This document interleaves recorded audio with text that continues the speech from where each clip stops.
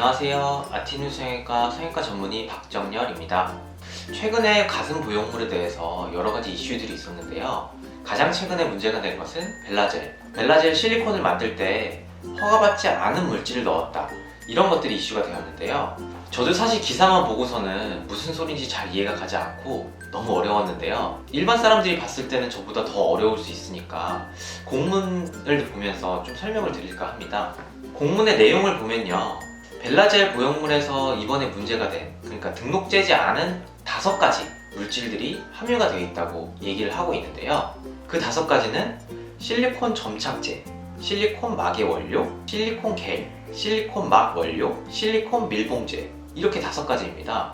이 물건들 중에서 딱 한 가지를 제외하고는 크게 문제될 건 아닌 것 같더라고요. 그 딱 한 가지가 뭐냐면 첫 번째 말씀드렸던 실리콘 점착제입니다. 나머지는 왜 문제가 안 될 것 같다고 말씀을 드리냐면, 실리콘 부용물에는 허가가 나지 않았지만 인체에 삽입되는 다른 의료기기에는 허가가 난 제품들이기 때문인데요. 물론 결론이 나봐야 알겠지만, 그래서 나머지 4가지는 크게 걱정을 안 해도 될 것 같고 한 가지만 주의해서 살펴보면 될 것 같습니다. 그게 바로 실리콘 점착제인데요. 코드명으로는 7-9700 이렇게 부르더라고요. 이 실리콘 점착제, 그러니까 7-9700은요 피부에서 사용이 허가된 물질인데요. 그러다 보니 인체 삽입된 상태에서 물질의 안정성이 판명이 나진 않았습니다. 그럼 이걸 어디에 썼냐면요, 실리콘 껍질과 안에 있는 겔 사이를 붙이는 용도로 쓴 건데요. 사실 이들이 말하는 게 실리콘 부용물이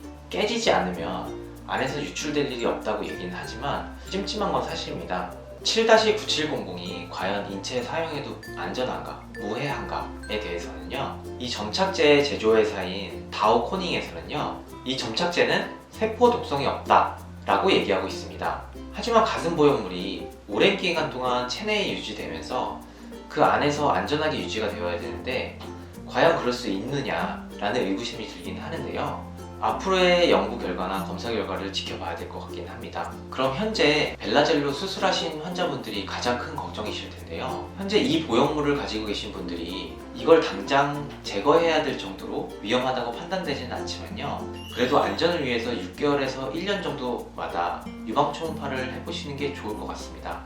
현재 식약처에서는요, 해당 제품을 판매 중지시키고 현재 유통되고 있는 것을 모두 해수 조치하였는데요. 그와 동시에 성형외과 전문의와 고분자학 교수님들, 이런 전문가들을 대상으로 이에 대한 자문을 구했습니다. 이 물질이 체내에 들어갔을 때 과연 독성이 있는지 아니면 독성이 예상되는지에 대해서 물어봤는데요. 대부분 전문가들의 결론은 인체에 위험을 끼칠 가능성이 매우 적긴 하지만 그래도 이 물질을 사용한 환자에 대해서 지속적인 모니터링이 필요하다라는 결론을 냈습니다. 현재 한스 바이오메디컬에서는 12월 1일부로 이 환자들을 대상으로 보상 절차에 대해서 발표를 했는데요.